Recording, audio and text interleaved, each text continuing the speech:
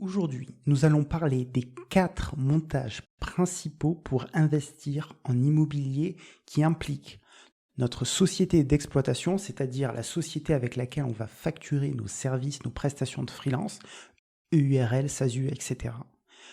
Une SCI, c'est-à-dire une société civile immobilière, et une holding. Je vous invite à regarder la description de la vidéo parce que je me suis tué à la tâche à vous mettre une timeline indiquant chaque moment précis de la vidéo, les sujets qu'on aborde, etc. D'ailleurs, s'il vous plaît, je vous demande en signe de remerciement, en contrepartie, de mettre un pouce bleu en bas de la vidéo et à me dire, à votre avis, combien est-ce que j'ai payé ce néon personnalisé qui vient de faire son apparition. Alors, je vais vous lire en sommaire les questions qui ont été abordées dans cette vidéo. Quel profil d'investisseur pour ces types de montage? À qui ça s'adresse? Doit-on changer l'objet social de sa société quand on l'utilise pour investir en immobilier? Comment est évaluée notre capacité d'emprunt par la banque, par les banques, pour chacun des montages qu'on va voir? Les exigences des banques quand on investit en immobilier avec sa société. Un bien immobilier est-il considéré comme une charge pour la société au moment de l'achat? Sous-entendu, est-ce qu'il va y avoir une diminution de l'IS, de l'impôt sur les sociétés? Que se passe-t-il si on vend notre société et que cette société-là, j'ai acheté un bien immobilier avec? Le passage de la micro-entreprise à une société est-il désavantageux dans le prêt qu'on va devoir faire auprès des banques? À qui s'adresser quand on veut faire un crédit pour investir en immobilier via sa société? Quel est le type d'investissement locatif qu'on peut effectuer lorsqu'on a une SCI, donc sous-entendu la location meublée et la location à nu. On va aussi aborder le sujet de la location courte durée, Airbnb, Booking, etc. etc. Comment fonctionne l'investissement en immobilier en utilisant une holding? On va vraiment rentrer dans le détail. Combien coûte la création d'une holding plus SCI pour investir en immobilier, sous-entendu les frais de comptable et d'avocat éventuels? Quel est l'objectif cohérent qu'ont les personnes qui investissent via une holding? Qui investit grosso modo via une holding, dans quel objectif? Comment une banque évalue-t-elle une capacité d'investissement lorsque j'investis via un montage de holding? On en parlait juste avant. Comment créer un prévisionnel afin d'investir en immobilier via un montage avec holding? Que se passe-t-il si on investit via une SCI et qu'on est en incapacité de rembourser le prêt? Je te contracte un prêt avec mon SCI et les mensualités sont trop élevées, j'arrive pas à louer mon bien. Que se passe-t-il? Est-ce que je suis personnellement responsable? Ensuite, quels sont les avantages d'investir en utilisant ces types de montages-là? Pour chacun d'entre eux, on va faire avantages, inconvénients. Peut-on mélanger le type de location nue, meublée, lorsqu'on est investi via une SCI? Est-ce qu'on peut déduire les frais de gestion, de travaux, etc. lorsqu'on est en SCI pour réduire son assiette fiscale, son imposition? Comment anticiper la succession et léguer son patrimoine à ses enfants lorsqu'on a investi via ce type de montage-là? Quelle est la fiscalité qui s'applique lorsqu'on décide de revendre les biens détenus par la SCI et se verser le cash? On va récupérer l'argent. Est-il possible d'acheter des SCPI à crédit? On verra ce que signifie SCPI aussi. Comment investir via une SCI lorsqu'on a son entreprise qui est domiciliée à l'étranger? Donc vous partez travailler à Malte parce que vous aimez le soleil. Qu'est-ce qui se passe lorsque vous voulez investir en France en immobilier?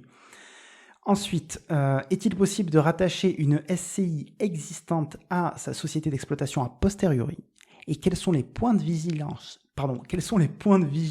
à avoir de manière générale lorsqu'on investit en immobilier avec ces types de montages-là?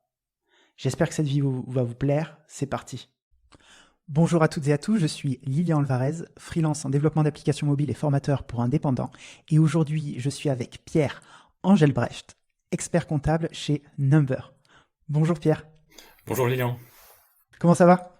Très bien, merci et toi? Ça va très très bien. Je suis très heureux de te recevoir sur le podcast, notamment pour répondre à cette problématique auquel certains freelances sont confrontés. J'ai envie de dire les freelances qui commencent à bien gagner leur vie.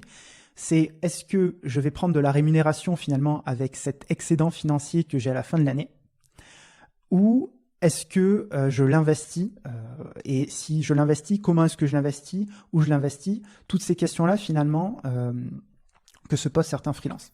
D'accord. Bah, très bien. Bah, en tout cas, merci de m'inviter pour parler de ce sujet très intéressant, où on va, je pense, plutôt parler immobilier d'ailleurs. C'est vrai que c'est un sujet assez récurrent qu'on peut trouver ici en cabinet, notamment chez Number. C'est quand un freelance commence à avoir une activité récurrente et a de la trésorerie qui rentre régulièrement, il peut se poser la question, voilà, qu'est-ce que je fais de ma trésorerie? Est-ce que je la prends en titre perso pour faire un investissement immobilier, ou est-ce que j'utilise ma trésorerie depuis la société pour faire directement cet investissement?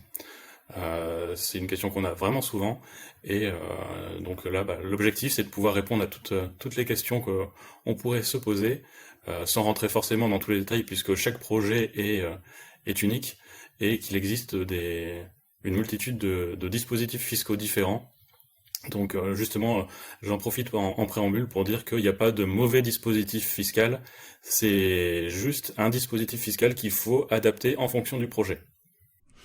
Pour la petite anecdote, lorsque j'ai demandé à échanger avec un expert de chez Number sur tout ce qui était fiscalité, en particulier la partie immobilière, on m'a dit il y a une personne avec laquelle il faut que tu parles, c'est Pierre.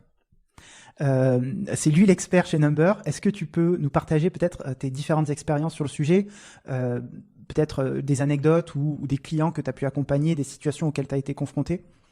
Oui, alors je rencontre toujours des prospects ou des clients qui souhaitent investir dans l'immobilier, donc ça peut vraiment partir dans tous les sens. Ça peut être la personne qui est salariée, qui veut juste se pose plein de questions sur la partie immobilière, ou alors le dirigeant d'entreprise qui souhaite se diversifier au niveau patrimonial et qui se pose des questions sur la partie immobilière. Pourquoi je reçois beaucoup de personnes qui me parlent de ces projets-là? C'est parce que dans le cadre de mes études, je dois faire un mémoire d'expertise comptable, et justement j'ai fait un mémoire sur la partie immobilière avec toute la fiscalité immobilière qui a trait à ça, et notamment le démembrement de propriété. Mais je ne sais pas si on ira jusque-là dans la présentation. Je suis On pas va sûr rester non plus. sur les bases. Super. Donc, qu'est-ce que tu nous proposes, avec quoi tu nous proposes, pardon, de commencer? Alors, ce qu'on peut faire pour commencer, c'est déjà voir les différents modes de détention d'un immeuble quand on a déjà à côté de ça une société d'exploitation, qui peut être dans n'importe quel domaine. Alors, il y a pour moi quatre grandes possibilités de détention. Donc, la première qui pour moi est la plus simple, c'est la détention directe dans la société d'exploitation. Donc, le dirigeant possède sa propre société, dont il dispose de tous les titres. Donc, il détient à 100% la société, et la société va acheter un immeuble qui va exploiter ensuite, soit pour y loger directement la société, soit pour le mettre en location à l'extérieur. Donc, j'ai une petite question par rapport à ça. Oui. Si je comprends bien, j'ai aujourd'hui, par exemple, moi, une SASU. Il y a le cas aussi peut-être de l'EURL. Je souhaite, via ma société, investir en immobilier. Donc, imaginons que j'ai 300, 400 000 euros de trésorerie. C'est pas encore le cas, mais j'espère y arriver bientôt. Je vais acheter un immeuble. Et l'objectif de cette location, de l'achat de cet immeuble, imaginons que ce soit la location. Oui. Je vais générer des revenus via cet immeuble. Exactement. Est-ce qu'il n'y a pas une problématique qui se pose par rapport à, je crois, comment on appelle ça, l'objet social? Tu me corrigeras si je me trompe au niveau des termes techniques, mais par exemple, dans mon cas, je fais de la formation. Est-ce que le fait d'avoir une autre activité qui est génératrice de revenus, qui va être l'immobilier, est-ce que ça pose un petit problème déjà d'un point de vue fiscal, d'un point de vue légal? Alors d'un point de vue strictement juridique, effectivement, il faudra peut-être aller vérifier dans les statuts si cet objet est prévu ou pas. S'il n'est pas prévu, on peut faire une extension de l'objet social pour prévoir cette activité de location immobilière, même acquisition et location. D'accord. Voilà. Non, je pense que c'est tout sur cette partie-là. Oui. J'ai une autre question du coup. Imaginons, demain je souhaite acquérir un immeuble directement via ma société d'exploitation, via mon entreprise. Est-ce que je peux faire un crédit? Et si oui, comment est-ce que la banque va évaluer ma capacité d'emprunt? Est-ce qu'elle va le faire par rapport au chiffre d'affaires que j'ai effectué? Et est-ce qu'il va falloir que j'ai ces fameux 3 années d'ancienneté qui sont généralement le cas lorsqu'on veut faire un emprunt bancaire? C'est difficile de... Enfin, je crois que c'est la situation idéale qui est généralement demandée Oui. par les banques, c'est d'avoir 3 ans d'ancienneté de société pour faire une estimation de notre capacité d'emprunt, justement. Exactement. Quand c'est depuis une société, la banque va forcément demander les derniers bilans de la société pour vérifier que si la société demande un crédit, elle puisse rembourser ce crédit. C'est la seule chose que va regarder la banque. Et pour pouvoir s'assurer de la pérennité de l'affaire, elle demande en général 3 bilans. Et en plus de ça, quand il s'agit d'un projet immobilier, elle va certainement demander un prévisionnel sur plusieurs années pour pouvoir justifier que la société peut rembourser. Et comme c'est un projet immobilier patrimonial, elle va en plus de ça regarder la situation personnelle du foyer fiscal. Si tu es célibataire, ce sera ta situation personnelle. Si tu es en couple, c'est toi plus ton conjoint. Donc, si je comprends bien, est-ce que tu peux me donner peut-être une formule de calcul sur laquelle va se baser la banque? Parce que j'ai entendu 2 niveaux, j'ai entendu revenu de la société, mais aussi j'ai entendu peut-être revenu personnel. Ils vont regarder mes revenus à moi et voir si... quel est leur intérêt de regarder mes revenus à moi? Ils vont voir si je suis solvable, si je suis quelqu'un de sérieux, etc. Exactement, c'est pour vérifier que tu n'as pas déjà d'autres crédits bancaires par ailleurs au niveau personnel. Si tu en as déjà, est-ce que tu respectes tous les critères pour pouvoir avoir un emprunt en plus dans la société? Déjà, si à titre personnel, tu es au taquet au niveau de l'endettement, du taux d'endettement, qui est en général de 33%, la banque va se dire, de toute façon, tu vas pas pouvoir diminuer ta rémunération dans la société, peu importe ce que tu racontes dans ton prévisionnel. Si dans ton prévisionnel, tu dis, je compte me rémunérer moins pour pouvoir rembourser la banque l'emprunt que je fais pour le crédit immobilier, elle va voir tout de suite que tu essayes un petit peu de l'avoir en jouant sur les chiffres. Ils sont malins, ces banquiers, ils sont malins. D'accord, intéressant. Du coup, dans ce cadre-là, la banque, elle se base sur... Est-ce que tu peux nous donner peut-être ces critères pour évaluer notre capacité d'emprunt via la société?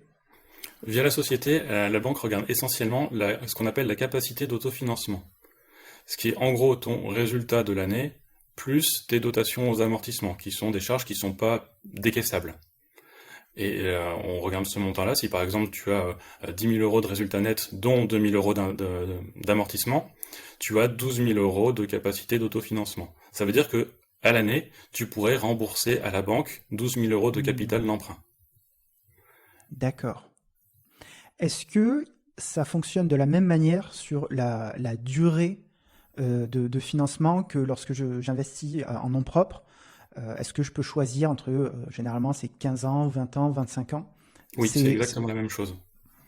Quand c'est pour en fait, ça dépend de la nature de l'emprunt. Si c'est pour de l'immobilier, la banque va se baser sur ses ratios habituels immobiliers. Peu importe la modalité de détention, que ce soit une société ou à titre personnel. C'est toujours 15, 20 ans, et si on est très bon négociateur, 25 ans. Imaginons, moi, il y a une question qui m'intéresse particulièrement, c'est j'ai une entreprise, elle commence à faire beaucoup de chiffre d'affaires. Qui dit beaucoup de chiffre d'affaires dit massacrage au niveau des impôts. Je ne sais pas si ça se dit massacrage, mais en tout cas, je pense que les gens ont compris ce que je voulais dire. Est-ce que le fait d'acheter ce bien, imaginons que j'achète un bien 300 000 euros, est-ce que ces 300 000 euros-là, ils vont être considérés comme une charge et donc diminuer mon IS? Absolument pas. C'est justement toute la particularité de l'investissement immobilier, c'est que l'immeuble est un actif de la société. Ça veut dire que, contrairement à une charge d'entretien, de publicité que tu pourrais faire, l'immeuble est destiné à durer dans le temps. Donc il va uniquement s'amortir, comme une immobilisation classique, comme un ordinateur, sauf que sa durée d'amortissement va être plus longue. En général, pour un immeuble, en fonction de sa destination, si c'est pour de l'usage d'habitation ou de l'usage commercial, sa durée d'amortissement varie entre 20 et 50 ans. Donc ça veut dire que ton immeuble, quand tu l'achètes 300 000 euros, tu l'amortis, donc tu fais 300 000 euros divisé par 20, divisé par 50, et tu vois ta dotation aux amortissements annuels, et c'est ça qui va arriver en charge chaque année. Donc si tu te fais matraquer par les impôts au niveau de ton bénéfice annuel, il faut pas se dire je vais acheter un immeuble par an pour venir diminuer cet impôt que je paye à l'administration. C'est pas du tout le bon calcul. Et d'ailleurs, j'en profite aussi pour rebondir dessus, c'est l'objet de faire cet investissement immobilier, c'est pour essayer de le rentabiliser. Donc on veut qu'il y ait un locataire dedans qui paye un loyer, et justement ce loyer va venir s'ajouter à ton résultat actuel. Ah oui, donc je vais payer en plus des impôts sur le loyer. les revenus du loyer. Waouh. Exactement. Donc si tu as déjà une entreprise qui se porte bien, peut-être que l'idéal c'est pas de faire porter l'immeuble à acheter directement par la société. Qu'est-ce qui se passe si, dans ce cadre-là, j'investis avec ma société, j'achète un immeuble, et à un moment, je veux fermer la société? Est-ce que je peux récupérer l'immeuble en nom propre? Comment ça se passe dans ces Alors, cas-là? pour fermer la société, il faut qu'il n'y ait plus rien à l'intérieur. Pour qu'il n'y ait plus rien à l'intérieur, il faut vendre l'immeuble. Peu importe la personne à qui tu la vends, ça peut très bien être à un tiers ou à toi. Donc si tu peux tout à fait te revendre l'immeuble. Par contre, revendre l'immeuble, ça veut dire changer de propriétaire et donc repasser par le notaire et les frais de notaire. Je peux le vendre 1 euro l'immeuble? Non, parce que tu as toujours l'administration qui a son droit de préemption et qui va dire « Ah, à 1 euro, je suis acheteuse ». Et qui va du coup utiliser son droit de préemption et donc dire « Ah bah voilà, vous vendez 1 euro, je l'achète ». Et d'accord, mais donc comment est-ce que je choisis le prix de l'immeuble Il faut lorsque je faire souhaite appel le à vendre à moi-même? un professionnel de l'immobilier pour le valoriser. D'accord. Donc je peux pas mettre le prix que je souhaite finalement. Non. Non, faut vraiment être dans le prix du marché, parce que d'autant plus qu'il y a des taxes qui sont assises sur les biens immobiliers, les droits de mutation, et il pourrait très bien y avoir un redressement de l'administration qui dirait vous avez sous-évalué l'immeuble, surtout quand on fait une vente à soi-même ou alors dans le cadre d'une succession ou donation. Donc je vous propose une revalorisation de l'immeuble à tel montant, parce que comme tout le monde le sait, on a toutes les transactions qui ont lieu, donc on peut très bien voir si le voisin a vendu sa maison ou son immeuble qui valait exactement la même chose que le nôtre. Il n'y a pas de raison que le prix soit fortement différent. Dans ce cas-là, dans quelle situation est-ce que ce montage, donc je suis dirigeant via ma société d'exploitation, je vais acquérir un bien, Oui. Dans quelle situation il est intéressant peut-être? Oui. Alors cette situation-là, on la rencontre très rarement, notamment parce que ce que je disais tout à l'heure, c'est ce qu'on rencontre le plus souvent, c'est que la société gagne déjà de l'argent. Et donc, on va pas se mettre à payer davantage d'impôts sur la société d'exploitation à un taux qui est déjà élevé, parce que en France, il y a différents taux d'impôts sur les sociétés qui s'appliquent, un taux jusqu'à 38 000 euros de bénéfices et un taux au-delà. Donc, si on a déjà dépassé le taux de 38 000 euros, on va plutôt essayer de se diriger sur une autre modalité de détention via une autre société pour faire imposer cette détention d'immeuble à un taux inférieur. Et deuxième chose, c'est est-ce que la société d'exploitation peut être vendue? Si elle peut être vendue, le fait qu'il y ait un immeuble dedans fait qu'elle est plus difficilement achetable par un tiers. Ou alors il doit acheter l'immeuble également. Sauf à vendre le fonds de commerce, mais en général, les acheteurs préfèrent prendre le package pour pas avoir à changer de numéro SIRET et acheter directement les parts sociales de la société. Ok, donc peut-être pas ce fonctionnement-là, ce montage-là n'est peut-être pas le plus adapté en général pour un freelance qui commence justement à avoir du chiffre d'affaires, un excédent de revenus. Oui, ok. Exactement. C'est plutôt sur la partie financière que sur la partie cession, parce que un freelance va rarement avoir un acheteur pour son activité, puisque l'activité tient à sa personne. Donc c'est très difficile de vendre la société en général. Très bien. Je te propose de passer du coup au deuxième montage, à moins que tu souhaites ajouter quelque chose sur ce premier. Non, je pense qu'on a fait le tour, donc c'est très bien comme ça. Donc la deuxième possibilité de détention, ce serait le dirigeant qui détient toujours sa société d'exploitation, et la société d'exploitation va investir dans une SCI. Donc c'est une nouvelle forme de société qui sera créée et détenue à 99% par la société d'exploitation. Et donc dans ce cas-là, c'est la SCI qui va acheter l'immeuble. Il y aura deux sociétés. La première société détenue par le dirigeant et la société en dessous, la SCI, détenue par la société d'exploitation.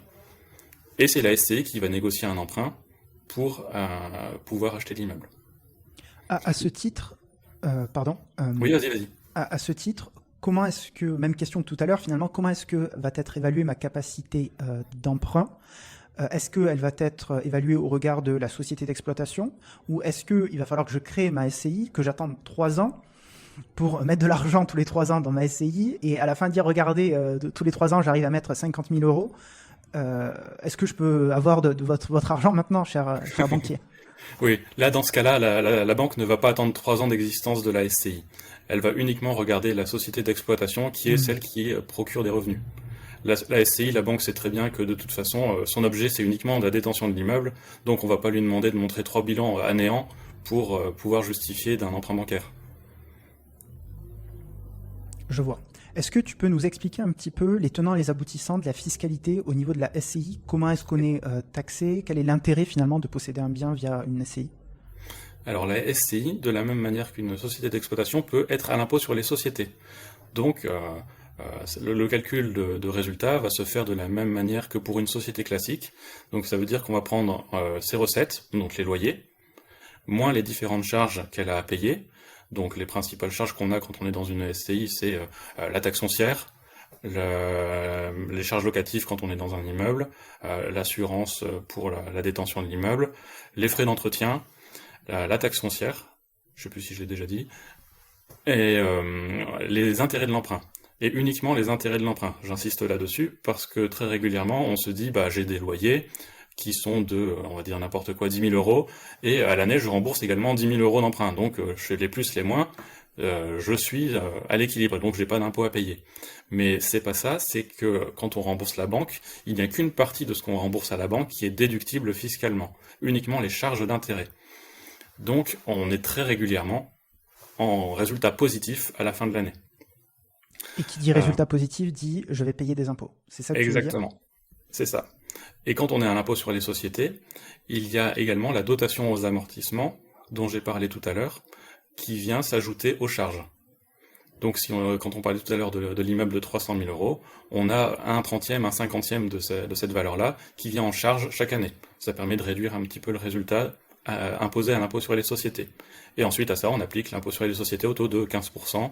De toute façon, en SCI en général, quand il y a uniquement l'immeuble qui est détenu, on est dans la tranche à 15%, puisqu'on sera en dessous de 38 000 euros de bénéfices à la fin de l'année. Donc, je devine, à la manière dont tu fais ta présentation, que l'intérêt finalement d'avoir une SCI, c'est de ne pas prendre en compte, enfin de ne pas avoir à payer, et de ne pas avoir à monter en tranche d'impôts, puisque finalement, on va prendre seulement les loyers et pas loyer plus le chiffre d'affaires de ma société d'exploitation. Donc, exactement. Mécaniquement, le chiffre d'affaires diminue, donc mes revenus, enfin mes impôts diminuent, pardon. Oui, c'est ça. Donc le taux d'impôt, en fait, on gagne en fait en taux d'impôt, puisque si la société d'exploitation fonctionne très bien, on est déjà dans la tranche supérieure à 15%. Donc en fonction de la date de clôture, là en ce moment c'est en train de descendre les taux d'impôt, mais ce sera de toute façon au minimum 25%. Par contre, dans la SCI, le fait de pouvoir avoir l'immeuble directement dans la SCI fait que on bénéficie de toute façon sur toute la totalité du résultat du taux d'impôt de 15%. Voilà, là c'est une des modalités d'imposition de la SCI. La deuxième modalité d'imposition, c'est à l'impôt sur le revenu. On dit impôt sur le revenu, mais en fait c'est plutôt que la société, la SCI, est translucide. Ça veut dire qu'elle n'est pas imposée directement, mais ce sont ses associés qui sont imposés dans leur résultat fiscal. Ça veut dire que là, dans la modalité de détention que j'ai indiquée tout à l'heure, détenue, on va dire pour simplifier, à 100% par la société d'exploitation, ça veut dire qu'on va faire le même calcul de résultat pour la SCI, sauf que c'est la société d'exploitation qui va l'intégrer dans son propre résultat. Alors, est-ce que tu peux nous prendre un exemple pour simplifier les choses, qu'on ne se fasse pas trop de nœuds au cerveau? Alors, je vais faire l'exemple d'une société d'exploitation qui a un résultat imposable de 10 000, on va dire de 40 000 euros, ce sera plus simple. Ok.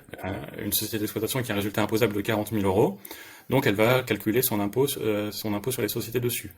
Par contre, si elle détient une SCI translucide, qui elle a des loyers de, on va dire, 20 000 euros, à ça, on va enlever toutes les charges, y compris les dotations aux amortissements, on arrive sur un résultat imposable de 5 000 euros. Ce résultat imposable de 5 000 euros va rentrer dans le bénéfice de la société d'exploitation. Donc on va rajouter aux 40 000 euros de la société d'exploitation les 5 000 euros de résultat imposable de la SCI. Et donc la société d'exploitation sera imposée sur une base de 45 000 euros. Et donc là, on perd tout l'avantage dont j'avais parlé tout à l'heure, du fait de bénéficier du taux réduit d'impôt, parce que il n'y a qu'un seul impôt qui est payé, et c'est celui de la société d'exploitation. Donc le montage de société d'exploitation qui détient une SCI translucide n'a pas d'impact au niveau fiscal, par rapport à l'immeuble détenu directement dans la société d'exploitation. Quel est l'intérêt du coup d'avoir ce montage-là? Il est uniquement juridique. C'est uniquement pour pouvoir séparer juridiquement la SCI de la société d'exploitation. Et pour pouvoir, en cas de revente, vendre uniquement les parts sociales de la SCI si on veut s'en séparer. Et que pour un investisseur qui souhaite acheter l'immeuble, il voit directement dans le compte de résultat de la SCI tout ce qui se rapporte à l'immeuble. Les entrées, les sorties, et il peut voir tout de suite si son investissement est rentable. Tandis que si c'est noyé dans la société d'exploitation, c'est plus compliqué. D'accord. Ok. Très bien. J'espère que ça va s'améliorer un petit peu en matière d'intérêt à mesure qu'on avance dans les montages. Du coup, je te propose qu'on passe directement au troisième. il m'a l'air plus appétissant en matière de... Donc le troisième, c'est toujours le dirigeant qui est en phase d'ancrage. Donc le dirigeant qui détient d'un côté sa société d'exploitation et de l'autre côté une SCI. Avec toujours exactement la même chose qu'auparavant, la SCI qui va négocier un emprunt auprès de la banque pour pouvoir acheter l'immeuble. Et dans cette situation-là, on a toujours cette possibilité de choisir entre une SCI, un impôt sur les sociétés, ou une SCI translucide.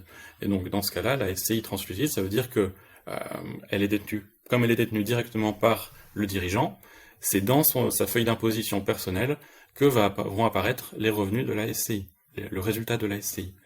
En sachant que, comme elle est détenue par une personne physique, c'est comme s'il le détenait l'immeuble en direct.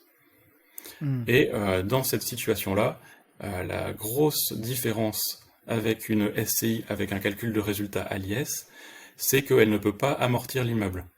Donc les 300 000 euros divisés par 30 ou 50 qu'on avait déterminé tout à l'heure, qui sont d'une manière générale la charge la plus importante de l'année pour une SCI qui détient un immeuble, eh bien cette charge-là n'apparaît pas. Et donc une base d'imposition plus importante pour le dirigeant. Et cette imposition elle est soumise à impôt sur le revenu d'une part, à son taux marginal d'imposition, et d'autre part aux cotisations sociales qui sont actuellement de 17,2%. Donc si on est dans une tranche d'imposition qui est déjà à 30%, c'est la tranche d'imposition moyenne qu'on a quand on détient une société qui fait du freelance et où on se rémunère environ 2500 euros par mois, on arrive déjà dans une tranche d'imposition à 30%. Donc à ça vont s'ajouter le résultat de la SCI, et donc on va arriver à un taux d'imposition proche de 50%. Ça fait mal. Dans ce contexte-là, est-ce qu'il est possible... Surtout, oui. Pardon ? J'allais dire justement, d'un point de vue financier, comme je disais tout à l'heure, on a le loyer qui correspond généralement à l'annuité de remboursement d'emprunt ou qui est assez proche. Ça veut dire que on a une opération financière qui est déjà proche de zéro quand on fait la différence entre loyer moins toutes les charges, moins le remboursement de l'emprunt, et en plus de ça, on doit payer de l'impôt alors qu'on gagne pas d'argent. Donc, je suis obligé finalement, lorsque je détiens une SCI en tant que dirigeant, je ne peux pas, par exemple, éviter de me verser du salaire, ou en tout cas verser l'usufruit de la SCI pour ne pas payer de l'IR en plus, et le laisser dans la SCI, cet argent-là qui est gagné. Je n'ai pas cette possibilité ? Tu peux le faire uniquement si tu optes à l'impôt sur les sociétés. Si tu es en SCI translucide, comme la SCI ne paye pas d'impôt, tu es considéré comme avoir perçu l'intégralité du résultat. Je vois. Ok. Donc finalement, j'ai l'impression que ce montage-là, il n'est pas forcément intéressant pour les freelances qui justement ont des revenus assez élevés, puisqu'ils vont payer finalement encore plus d'impôts et qu'on perd un petit peu cet intérêt de dire, ok, je vais justement, enfin, c'est le fameux délai de gratification où on va pas prendre tout l'argent tout de suite, on va le réinvestir pour grossir cette fameuse boule de neige et se verser de l'argent plus tard. Là, on n'a pas le choix finalement, on est obligé de prendre, enfin, de payer de l'impôt finalement sur les loyers entrés. Exactement. C'est pour ça que dans la plupart des situations que je rencontre, quand je suis face à ce type de montage, on est quasiment obligé de se dire que la SCI doit opter à l'impôt sur les sociétés si on ne veut pas se faire matraquer au niveau impôt. Je vois. Et ok. Et de cette façon-là, si je choisis ce montage, comment va être évaluée ma capacité d'emprunt? Est-ce que c'est toujours par rapport à la société d'exploitation ou est-ce que c'est cette fois-ci, puisque c'est moi qui, en tant que dirigeant qui le possède, est-ce qu'ils vont regarder mes revenus et dire ok, bah, vous gagnez 10 000 euros par mois, on va vous prendre 33% de ces 10 000 euros par mois? Oui, là ce sera plutôt évalué à titre personnel et donc voir les emprunts qui ont déjà été faits. Sans regarder par exemple, comme je disais tout à l'heure, la capacité d'autofinancement de la société d'exploitation. Puisque là c'est uniquement par rapport aux revenus salaires, que la banque va pouvoir se prononcer sur l'emprunt. Par contre, elle va quand même demander les 3 bilans de la société d'exploitation qui constitue la source de revenus du dirigeant. Alors j'ai une question par rapport à ça. C'est un petit peu mon cas personnel, mais je pense qu'il y a beaucoup de freelances qui sont dans cette situation comme moi. C'est que au début, j'avais pas de. D'ailleurs, j'ai 2 sociétés actuellement. J'ai une micro-entreprise et j'ai une SASU. Oui. Pourquoi j'ai choisi ce montage fiscal? Parce que j'ai 2 activités qui sont la formation et mon activité de freelance. Et donc tous mes revenus de freelance sont sur ma micro-entreprise et le reste sur ma SASU. Oui. Mais du coup, là, j'ai explosé le plafond 2 années de suite, ce qui veut dire que je peux plus être en micro-entreprise, je vais devoir changer de statut. Alors soit je vais tout passer sur ma SASU, soit je vais voir, je n'ai pas encore pris le temps de réfléchir au montage fiscal que je vais choisir, mais je n'ai plus finalement ces années... Enfin, si la banque regarde mes revenus sur ma SASU uniquement, si je passe... Enfin, il va y avoir un énorme changement en matière de revenus. Si je passe mes revenus de freelance dans ma société d'exploitation, ça va multiplier par, je sais pas, 3, 4, 5. Oui. Et du coup, j'ai pas envie d'être mis en porte-à-faux sur ma capacité d'emprunt parce que ma société d'exploitation, si on regarde sur les 3 ans d'ancienneté, ben, elle n'a pas eu forcément des résultats exceptionnels, mais là, ça va changer. Est-ce qu'il y a moyen de négocier avec la banque en leur expliquant la situation, en leur disant, écoutez, certes, sur ma société d'exploitation, j'ai pas des revenus qui sont exceptionnels, mais regardez pourquoi, je vous explique, j'avais une micro-entreprise avant et du coup, mes revenus vont augmenter et donc ma capacité d'emprunt, mécaniquement, devrait être supérieure à ce que je devrais avoir aujourd'hui. Oui, alors là, la banque peut tout à fait entendre l'histoire de la cessation d'activité de micro pour la passer sur la société. Par contre, c'est toujours une difficulté complémentaire pour la banque, parce que en fonction de la banque dans laquelle tu es, c'est pas forcément la personne, ton conseiller habituel, qui va t'accorder le crédit. Ça va remonter par le conseil central, et c'est eux qui vont décider si ils t'accordent ou pas l'emprunt, en fonction de ce que ton conseiller leur a dit. Donc il y a plusieurs échelons, et faut bien vérifier que ton conseiller ait bien compris ta situation, et qu'il l'explique bien pour pouvoir défendre ton dossier. J'imagine aussi qu'il est conseillé, et j'aimerais bien avoir ton avis sur les expériences passées que tu as pu avoir. Généralement, les freelances, lorsqu'ils s'adressent à leur conseiller bancaire, ils se tournent plutôt vers les conseillers professionnels et pas un conseiller particulier lorsqu'ils recherchent à faire un crédit via une entreprise. Oui, à partir du moment où tu as une société, logiquement, dans la majorité des banques c'est comme ça, tu as un seul conseiller qui est le conseiller professionnel, qui va du coup récupérer tous tes comptes professionnels et personnels. D'accord. Dans quelle situation générale, de façon globale, hein, sans rentrer dans les détails spécifiques, as-tu vu ce montage, enfin, dans quelle situation ce montage-là semble pertinent d'après ton expérience? Alors, pour moi, ce montage est pertinent dans le cadre d'un dirigeant qui souhaite faire une opération ponctuelle d'investissement immobilier et qui soit, première solution, ne va pas solliciter la banque et donc va directement réinvestir sa trésorerie personnelle dans le projet, et donc il voudra se faire un complément de revenus, c'est uniquement ça. Ou alors le dirigeant qui souhaite se diversifier pour plus tard, et donc opter à l'impôt sur les sociétés dans la SCI, et investir avec un emprunt bancaire, mais par contre il sait qu'il va pas y toucher jusqu'à son départ à la retraite. Pourquoi ? Parce que sa société actuelle lui suffit, et le projet immobilier c'est juste un projet à long terme pour faire un complément de revenu au moment de la retraite. Je vois. Parce que, comme je disais tout à l'heure, la SCI à l'impôt sur les sociétés, c'est la SCI qui va payer son propre impôt. Par contre, ça c'est vrai que je l'ai pas dit tout à l'heure, mais une fois que la société a payé son impôt, l'argent qui reste disponible est bloqué dans la société, sauf à décider une distribution de dividendes. Ah, donc j'ai une seule solution lorsque je détiens une SCI en tant que dirigeant à l'IS, c'est de me verser des dividendes qui sont taxés à l'heure actuelle à 30% en mode flat tax, corrige-moi, c'est ça ? C'est ça. Ok. Je n'ai pas la possibilité de me verser un salaire. Si, c'est une possibilité également. Par contre, ce sera davantage imposé en termes de fiscalité. Ok, très bien. On a fait le tour sur ce montage-là ? On a fait le tour. Alors, j'ai une petite question, on va dire, parallèle, qui n'est pas forcément reliée au montage, mais qui est quand même assez importante. C'est lorsque je souhaite investir par l'intermédiaire d'une SCI, il me semble que je suis limité sur le type de location que je peux faire. Est-ce que je peux faire, par exemple, une location meublée via une SCI, ou est-ce que je peux faire que de la location à nu ? C'est une très bonne question, et c'est vrai que j'en ai pas parlé jusqu'à maintenant. Tu peux faire tout type de location dans une SCI. Par contre, tes options fiscales vont peut-être se limiter si tu fais certains types d'investissements. Notamment, la location meublée, c'est considéré par l'administration comme une activité commerciale, et donc qui dit activité commerciale dit impôt sur les sociétés obligatoirement. Tu n'as pas la possibilité d'avoir une SCI translucide pour faire de la location meublée ou location courte durée type Airbnb. Attends. Ça m'intéresse. Reprenons ce point calmement.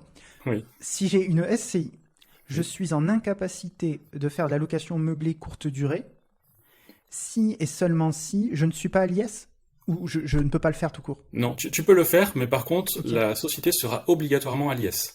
D'accord. Donc c'est une possibilité, par contre tu n'as pas de choix fiscal. C'est forcément impôt sur les sociétés et pas impôt sur le revenu.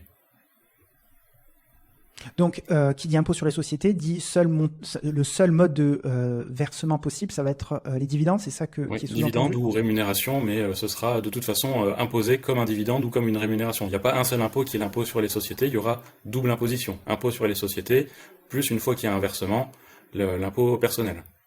Quelle est l'autre solution ? Si je ne suis pas à l'IS, ça veut dire que je suis directement à l'IR et donc je vais payer moins d'impôts mécaniquement ? Non, justement, quand c'est à l'impôt sur le revenu, c'est ce que je disais tout à l'heure dans les taux d'imposition. Quand on est à l'impôt sur le revenu, c'est imposé à la tranche marginale d'imposition. Donc c'est 11%, 30%, 41%, 45% quand on gagne très bien sa vie. Et à ça s'ajoutent les prélèvements sociaux à 17,2%. Donc quand on est dans une tranche d'imposition à 30%, ça fait quasiment du 50% d'imposition sur les revenus fonciers. Donc il faudrait faire le calcul, mais ce que tu sous-entends, c'est qu'il est plus intéressant finalement d'être à l'IS lorsqu'on est dans une tranche d'imposition supérieure, sous-entendu 30%. Oui. C'est même pas ça, c'est à partir du moment où on estime avoir une forte imposition personnelle sur ses autres revenus, les revenus fonciers sont les revenus les plus taxés en France. D'accord. Donc, s'il y a moyen d'éviter cette taxation en revenus fonciers, autant essayer de l'éviter si c'est possible.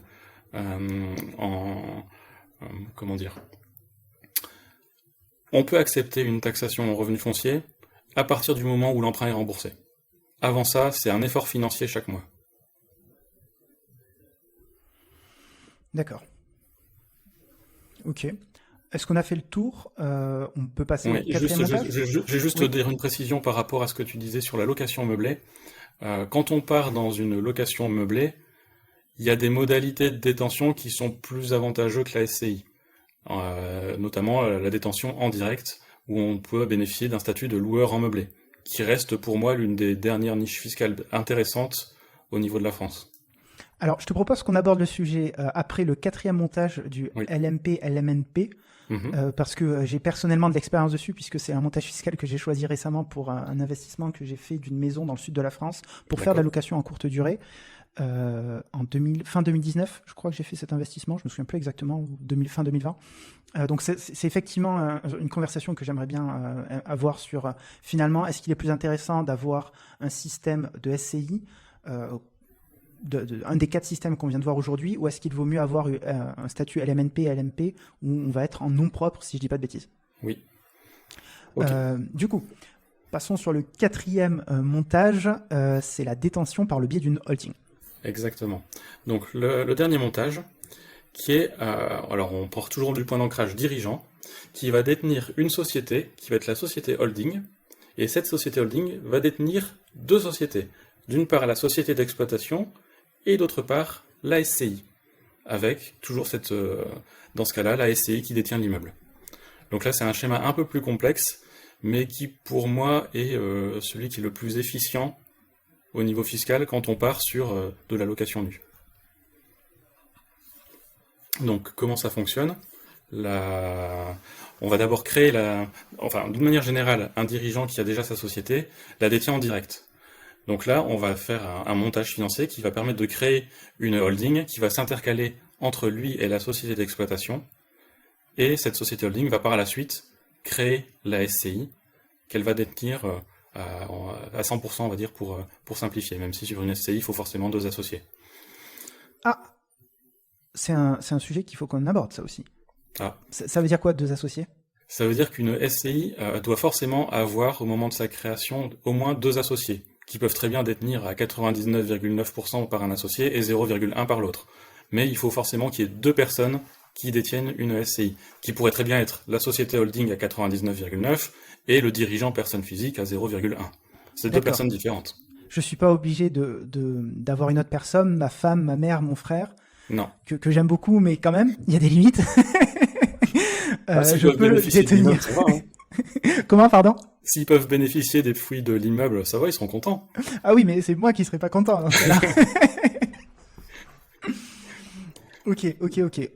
Vas-y, je te laisse continuer, pardon. Et donc, ouais, voilà. Et donc, dans ce cadre-là, ce qui est généralement fait, c'est qu'on met en place une convention de trésorerie entre les différentes sociétés pour permettre à la trésorerie, qui est présente généralement dans la société d'exploitation, à aller vers la SCI pour ses propres besoins quand il y a besoin de financer une partie de l'acquisition de l'immeuble, par exemple, ou faire des travaux ponctuels quand c'est nécessaire, et que c'est pas totalement financé par emprunt. Alors, j'ai 2 questions à ce propos. La première, c'est ce type de montage-là, j'imagine que c'est quand même pas anodin, il va falloir s'adresser soit à un expert comptable, soit à un avocat. Est-ce que tu peux nous donner une enveloppe du coût que génère ce type de montage-là, en tout cas la mise en place de ce type de montage-là, premièrement. Non seulement la mise en place, mais aussi la gestion, puisque j'imagine qu'il va y avoir des frais de comptable. Et ensuite, cette convention de trésorerie, comment est-ce qu'on la met en place? Et est-ce que ce transfert d'argent d'une société à l'autre n'a-t-il pas un coût ne subit-il pas un impôt, je crois, de 5%? Oui, exactement. Donc, pour la partie coût, ça va dépendre de l'importance de la société d'exploitation. Quand c'est une société qui est assez simple, avec un dirigeant, pas de salariés, des prestations récurrentes qui sont faites, ça va donner une valorisation assez facile de la société. Il y a une deuxième chose à voir, c'est comment va être créée la société holding. La société holding, il y a 2 manières de la créer. On peut soit vendre les parts sociales détenues, soit les apporter. Ça va avoir des impacts fiscaux et financiers un peu différents. Mais on va parler d'enveloppe globale sans rentrer dans les détails jusque-là. On va compter environ, sur le coût de création de la société holding plus de la SCI, environ 3 000 €. Avec les frais de tiers, les honoraires d'avocat, les honoraires de comptable, juste en one-shot sur la partie création. Et après, forcément, il y a 3 sociétés, et donc il faut 3 comptabilités différentes, et donc les coûts comptables qui vont avec. Donc faut pas faire ça sur un petit appartement qu'on va acheter. Faut avoir déjà un projet qui soit assez important pour pouvoir mettre ça en place, ou avoir en tout cas pour objectif d'avoir plusieurs immeubles ou d'appartements à acheter. Tu as des partages d'expérience que tu peux nous faire là-dessus d'indépendants typiquement qui mettent en place ce type de montage-là? Quelle est leur dynamique? Est-ce qu'ils achètent plusieurs immeubles? Est-ce que tu peux nous donner une idée des montants généralement associés? Oui, alors en termes de montants, c'est très variable.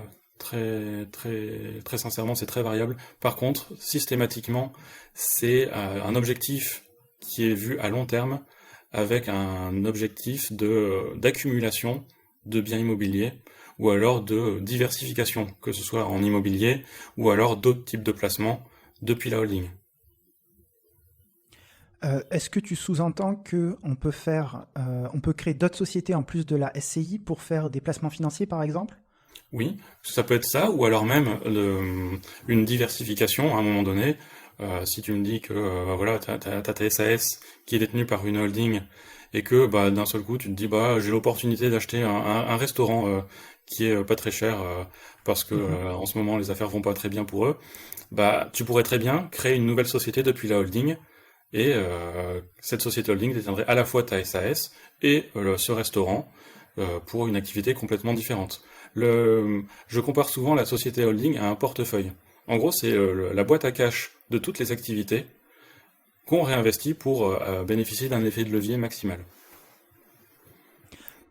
Quand tu parles d'effet de levier, moi j'entends toujours je peux emprunter plus au niveau de la banque. Il y a ça. Tu peux nous en parler? Oui, il y a ça, et même c'est pas forcément uniquement d'un point de vue négociation auprès de la banque, c'est aussi d'un point de vue cash disponible.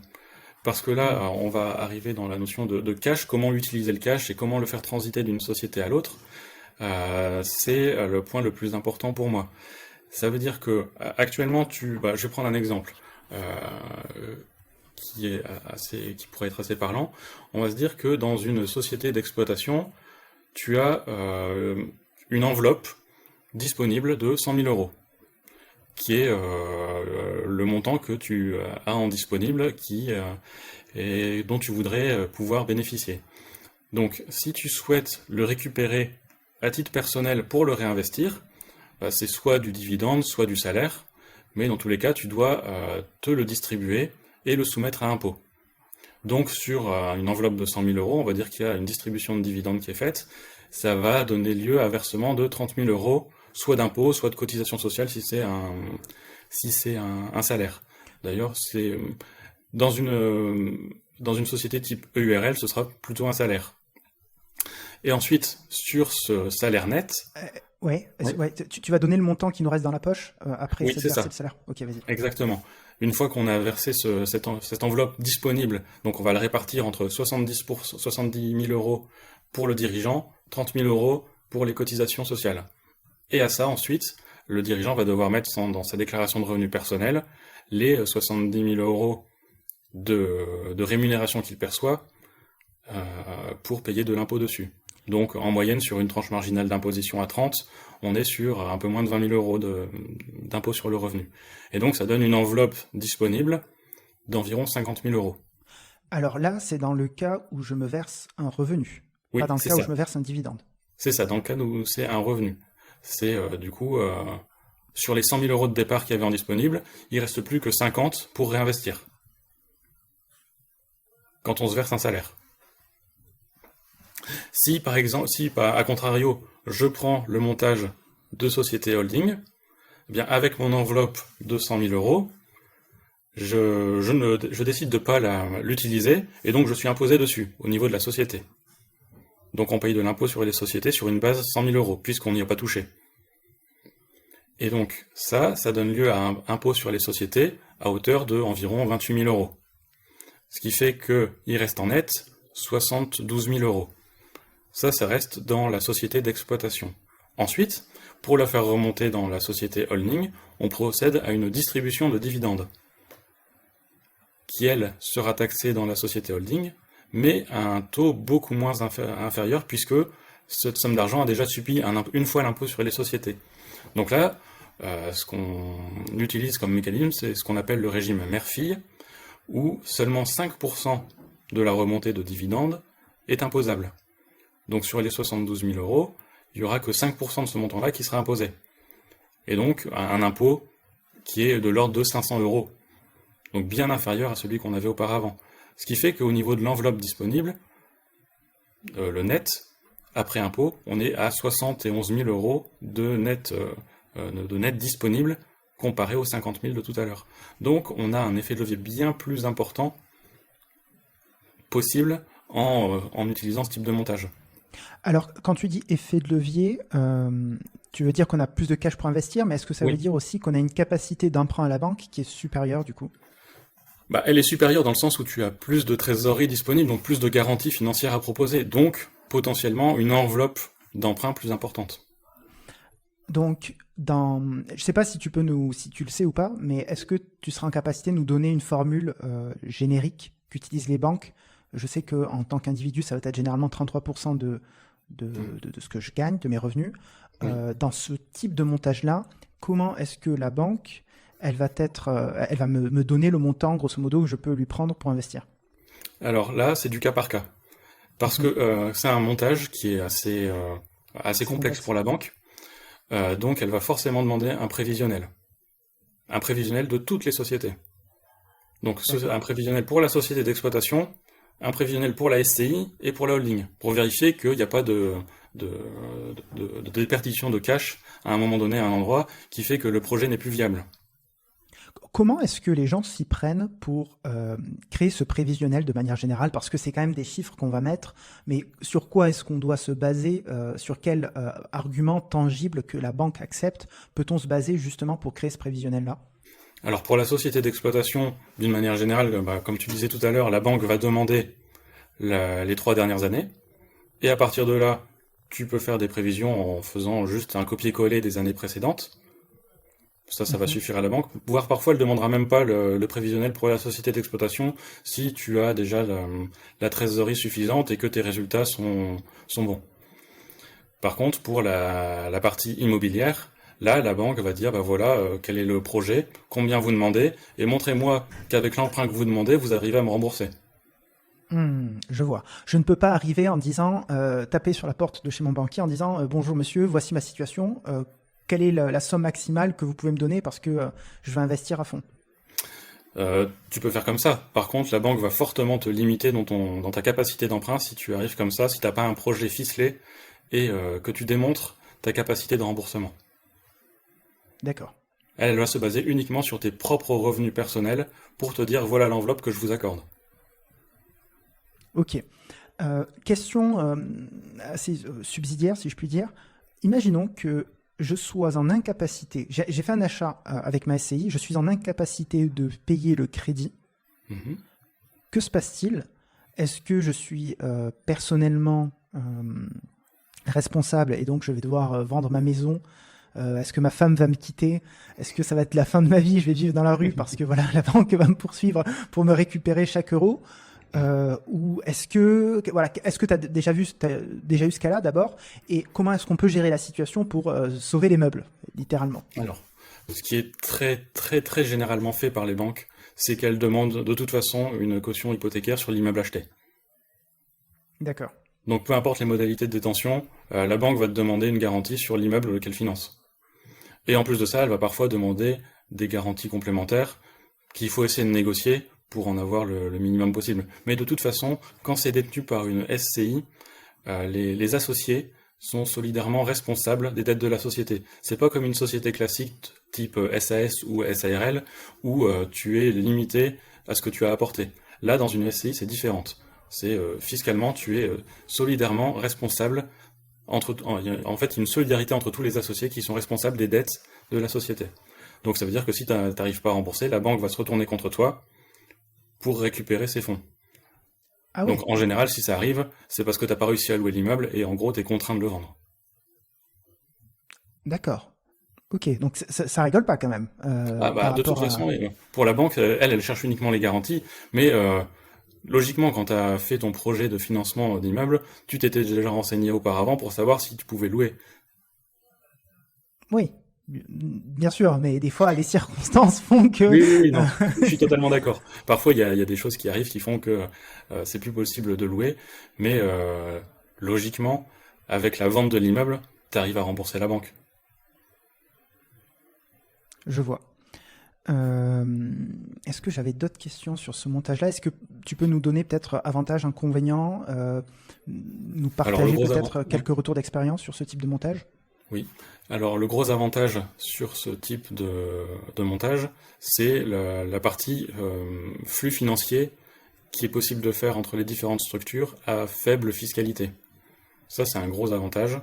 L'inconvénient, forcément, c'est le coût de création et de fonctionnement quand on met ça en place. Parce que forcément, toutes ces sociétés ont un coût, que ce soit comptable, que ce soit en termes de bancaire, parce que forcément il faut créer un compte bancaire par société, et au niveau des taxes, mais après au niveau des taxes on peut aussi voir pour l'optimiser, comme on voyait tout à l'heure, avec l'utilisation du taux d'IS avantageux. Donc, oui, pardon, oui. vas-y. J'allais justement dire, dans mes retours d'expérience, ce type de montage est vraiment fait quand on a un objectif de diversification patrimoniale et d'accumulation de biens achetés ou d'investissements faits pour avoir justement la possibilité d'investir avec une enveloppe plus importante et donc à taux de rendement équivalent, avoir un montant brut reçu plus important. Parce que quand on investit 100 000 euros à 5%, on a 5 000 euros à la fin de l'année. Si on investit uniquement 50 000 euros à 5%, on a 2 fois moins. Mmh.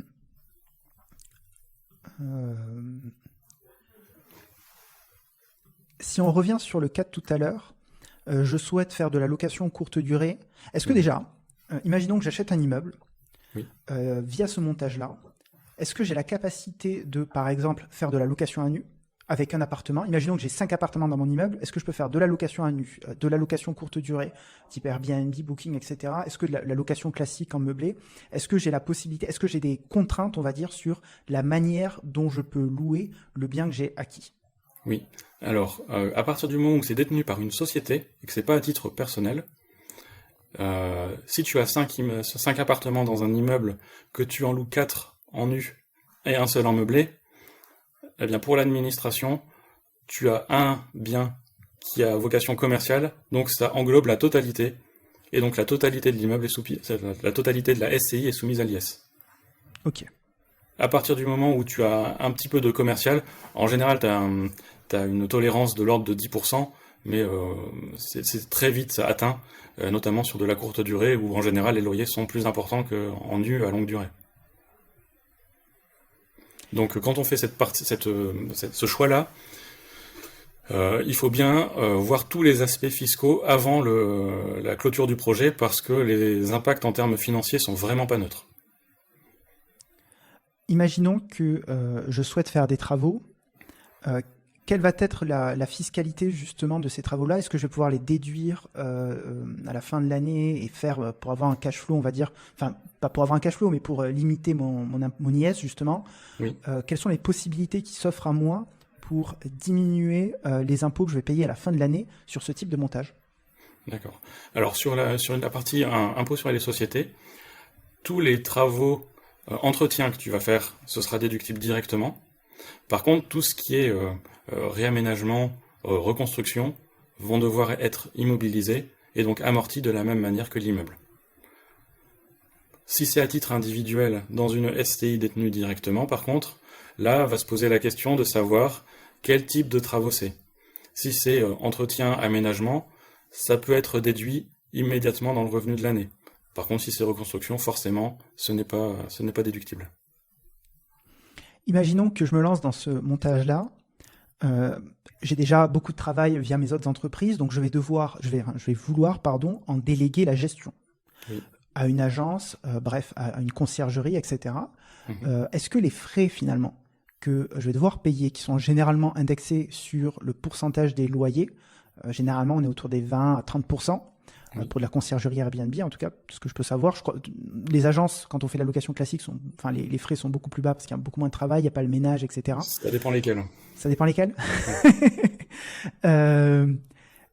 Est-ce que ces frais de gestion vont être déductibles eux aussi des impôts que je vais payer à la fin de l'année, de mon assiette fiscale, je crois? Oui, bien sûr.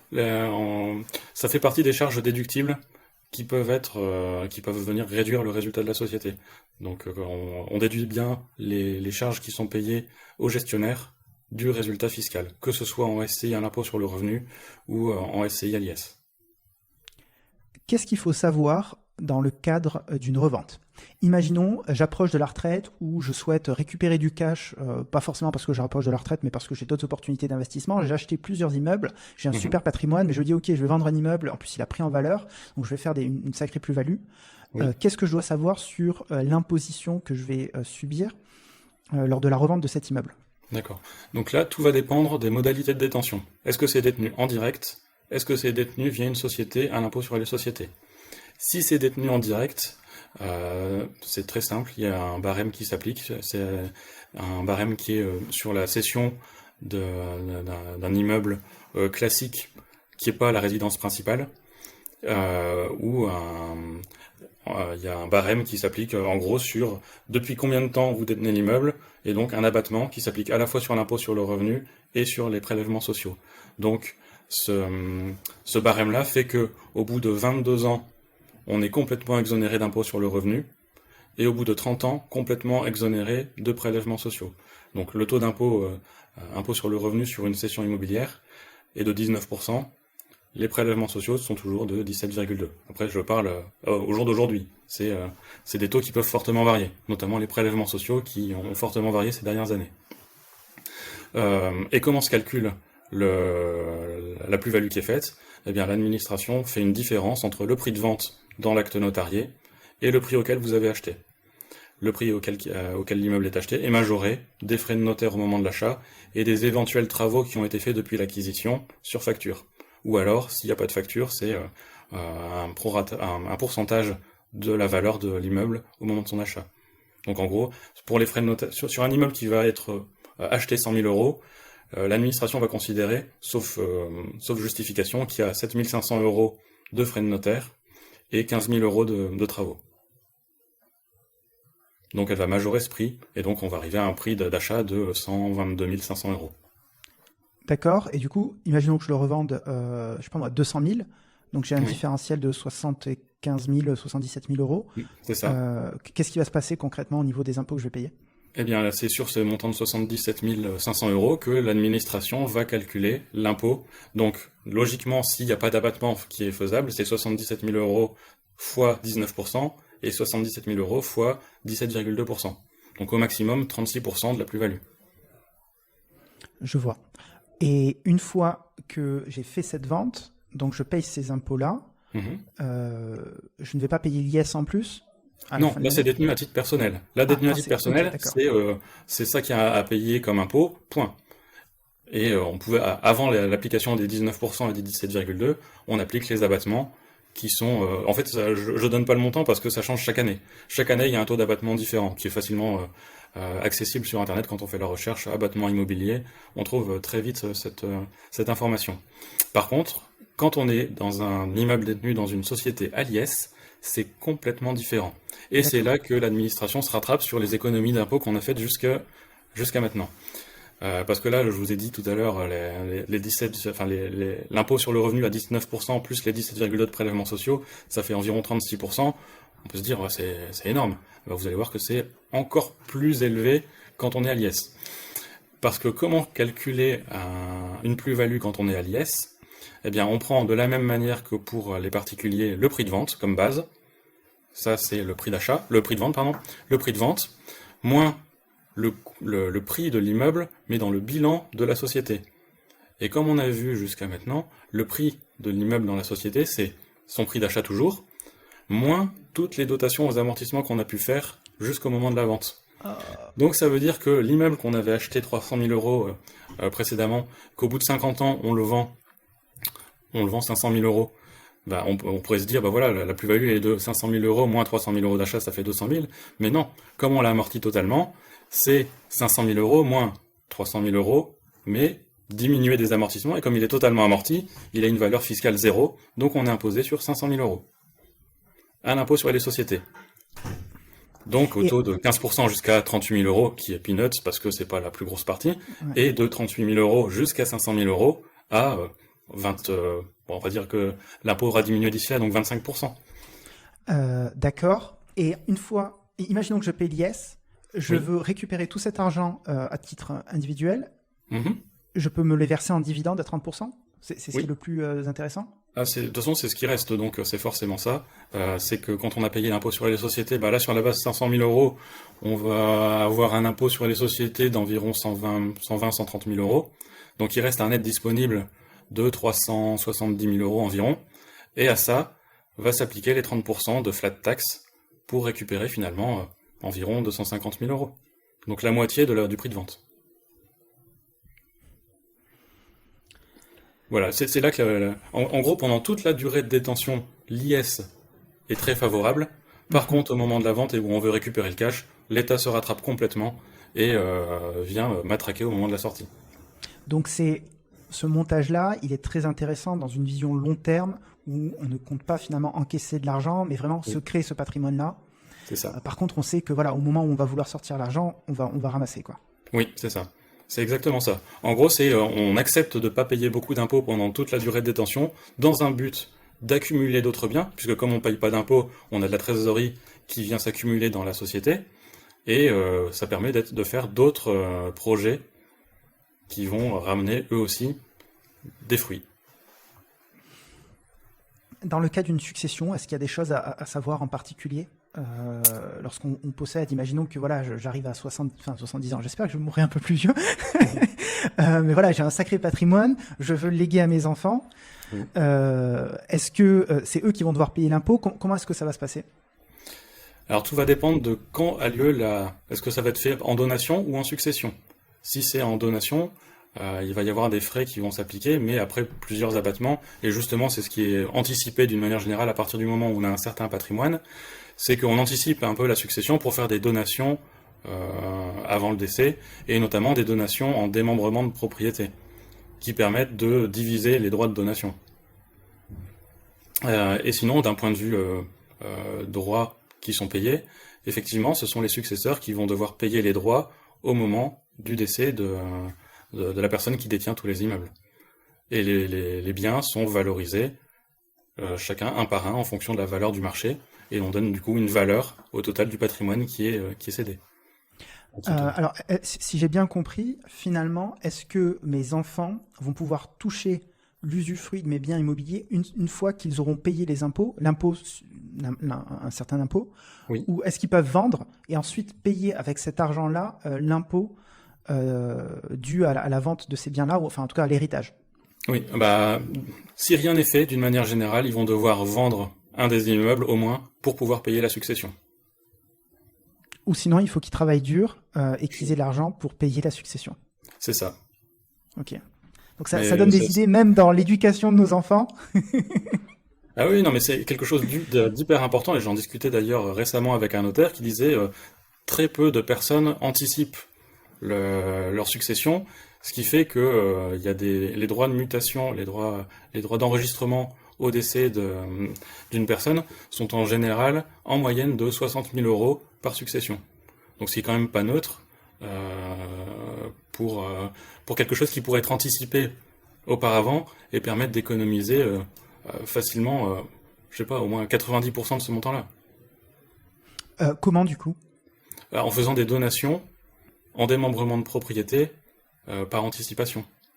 Parce qu'il y a l'administration qui permet, actuellement, c'est tous les 15 ans, chaque parent peut donner à chaque enfant 100 000 euros de cash, peu importe, d'immeuble, une valeur de 100 000 euros, sans droit de succession, sans droit de mutation. Est-ce que j'ai la possibilité de le donner cet argent-là, mais qu'il le débloque qu'une seule fois que je suis mort? C'est une possibilité, notamment avec les SCI, on peut prévoir dans les statuts différentes clauses qui limitent les droits, les droits et les pouvoirs de chacun des associés. C'est quelque chose qui a à voir avec le notaire quand on souhaite justement faire ce type de montage, où les statuts prévoient différentes clauses qui limitent les droits des associés et des différents héritiers. Je vois. Donc de cette manière-là, en fait, j'éviterai que mes enfants prennent tout cet argent-là pour se payer des vacances à New York et faire la fête à Manhattan. Et qui garde vraiment cet argent-là finalement pour payer la succession, enfin en tout cas pour justement gérer ce... Oui, gérer soit pour payer la succession, il soit pour attendre qu'il soit... en général, il donne ça comme excuse, soit qu'il soit assez mûr pour pouvoir gérer convenablement l'argent qu'il leur est donné. Je vois. Est-ce qu'on a fait le tour sur ces fameux montages de différents modes de détention lorsqu'on détient une société? Oui, on a fait les différents montages. Après, il y a d'autres montages plus complexes qui peuvent être mis en place, mais franchement, c'est pas. Enfin, après, c'est du cas par cas et on va vraiment rentrer dans des détails très complexes, notamment avec tout le démembrement de propriété. Alors, j'ai noté quelques questions que ma communauté a pu me poser. Oui. Donc, je te propose qu'on les regarde peut-être. Qu'on en regarde quelques-unes. Est-il possible d'acheter des SCPI à crédit via une SCI? Et avant de répondre à cette question, pourrais-tu, s'il te plaît, définir ce qu'est des SCPI? Oui. Donc les SCPI, ce sont des sociétés civiles de placement immobilier. En gros, c'est un organisme, une société en général, qui fait elle-même ses propres investissements immobiliers et propose à des particuliers de participer, donc de souscrire au capital de ces sociétés sur lesquelles elle donne chaque année un versement qui est en général un dividende et donc taxé chez la personne qui le détient, donc soit la société d'exploitation, soit chez le particulier. Ce sont des placements immobiliers, mais ce sont des parts sociales. Le particulier, ou même la société, n'a pas vraiment de vision sur la gestion du bien, c'est juste un placement financier sur lequel elle attend un rendement.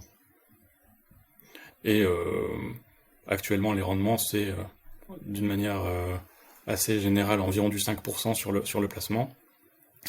Et les banques sont très réticentes à financer ce type de placement. Parce qu'elles n'ont aucune capacité à récupérer l'argent si jamais on n'arrive pas à rembourser l'emprunt. Donc, dans le cadre d'investissement via SCPI, le pourcentage, en tout cas le rendement, n'est pas garanti, premièrement. Oui. C'est une question. Et le fait que je puisse récupérer mon argent plus tard que j'investisse si je souhaite le retirer, en tout cas, la perte de capital est possible. Oui, dans tout placement, la perte de capital est possible.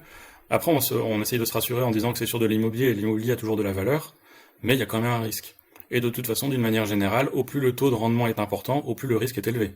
Ça va forcément de pair. Donc, c'est pour ça que les banques ne suivent pas beaucoup ce type de projet, ou alors, elles le suivent, mais en contrepartie, elles veulent une garantie à côté, notamment si on a du cash, l'investir et le bloquer autrement sur par exemple un compte à terme et indexer ce placement à l'emprunt qui est souscrit à côté. Mais en gros, le cash, il faut l'avoir pour pouvoir l'investir, même si on demande à la banque une participation. Autre question, est-ce qu'il est possible d'avoir un système de holding avec une société qui n'est pas française, sous-entendu une société qui est immatriculée à l'étranger? C'est une possibilité. Par contre, il faudra avoir un comptable dans le pays dans lequel est située cette société pour pouvoir faire cette comptabilité-là. Et il y aura du coup deux comptabilités différentes. Si c'est une société qui est située dans un autre État, qui détient une SCI française. Donc, imaginons que une personne qui nous écoute souhaite s'extrader fiscalement. Oui. Par exemple, parce qu'il aime beaucoup, je sais pas moi, Malte. Il trouve que c'est c'est bizarre. Il trouve que le paysage y est joli. Il décide d'aller vivre sur cette charmante île plus de 6 mois dans l'année. Donc, sous-entendu, il ne va plus être résident fiscal français, donc il ne paiera plus ses impôts en France. Mais il souhaite investir en immobilier en France. Il peut avoir sa société d'exploitation immatriculée à Malte, payer ses impôts à Malte et avoir ce transfert, entre guillemets, d'argent, ce transfert de trésorerie de sa société via une holding qui serait en France et via une société française, par exemple? Je suis pas sûr de bien avoir suivi. La société holding, elle est en France ou elle est à l'étranger? Je sais pas, honnêtement. Je sais pas quel est le plus intéressant en tout cas, mais je pense que l'idée, ce serait de dire, voilà, j'ai une société d'exploitation à l'étranger, je souhaite investir en immobilier en France via une SCI. Comment est-ce que je fais? Est-ce que c'est intéressant? D'accord. Je connais pas bien la convention fiscale entre la France et Malte. Je saurais pas dire, mais d'une manière générale, si l'immeuble est situé en France, il faudra payer un impôt en France. C'est toujours le lieu de l'immeuble qui fait le lieu de taxation. Après, si c'est impôt sur les sociétés en France, la France aura perçu sa part, peu importe où va l'argent ensuite. Après, c'est une distribution de dividendes qui a lieu entre la France et Malte, et il y a éventuellement un prélèvement à la source qui est opéré par la France, en fonction de la convention fiscale qui existe entre les deux pays, mais c'est tout. Il y a l'IS payé en France, et la retenue à la source qui est faite au moment du paiement du dividende.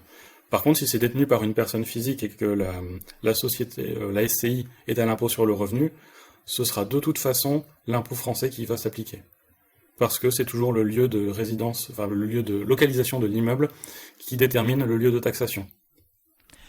Autre question, si j'ai déjà une SCI qui existe, est-ce que j'ai la capacité via un système de holding de la relier avec ma SASU?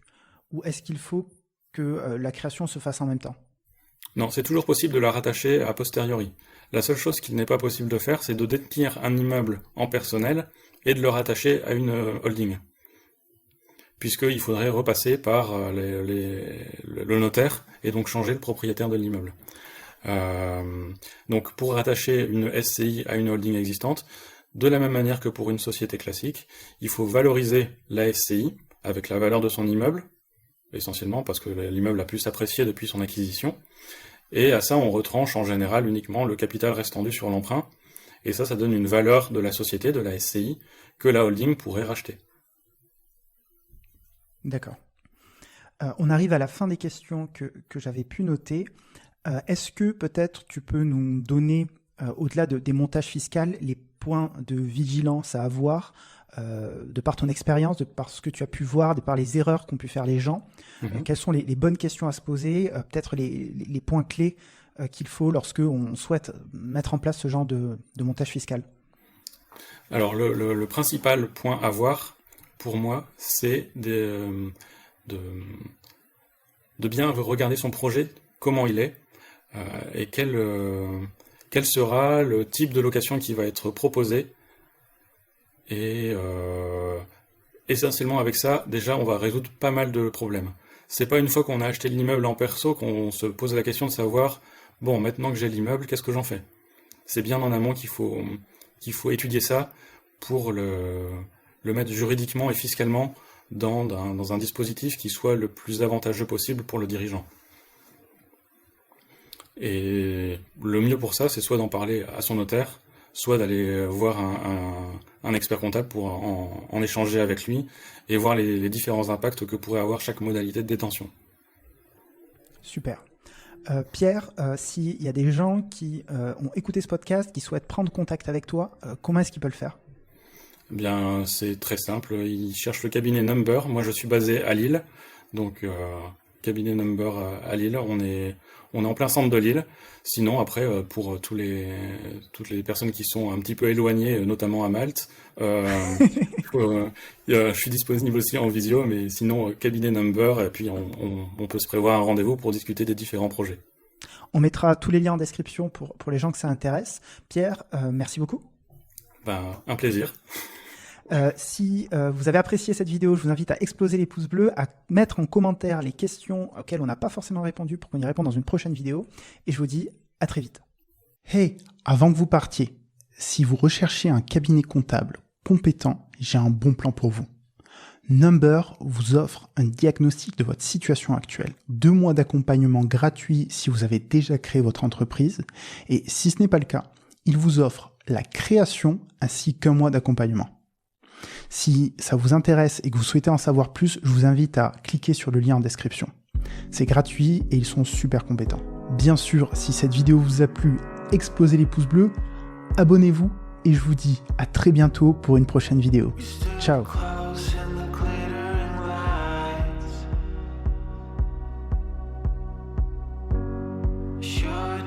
Past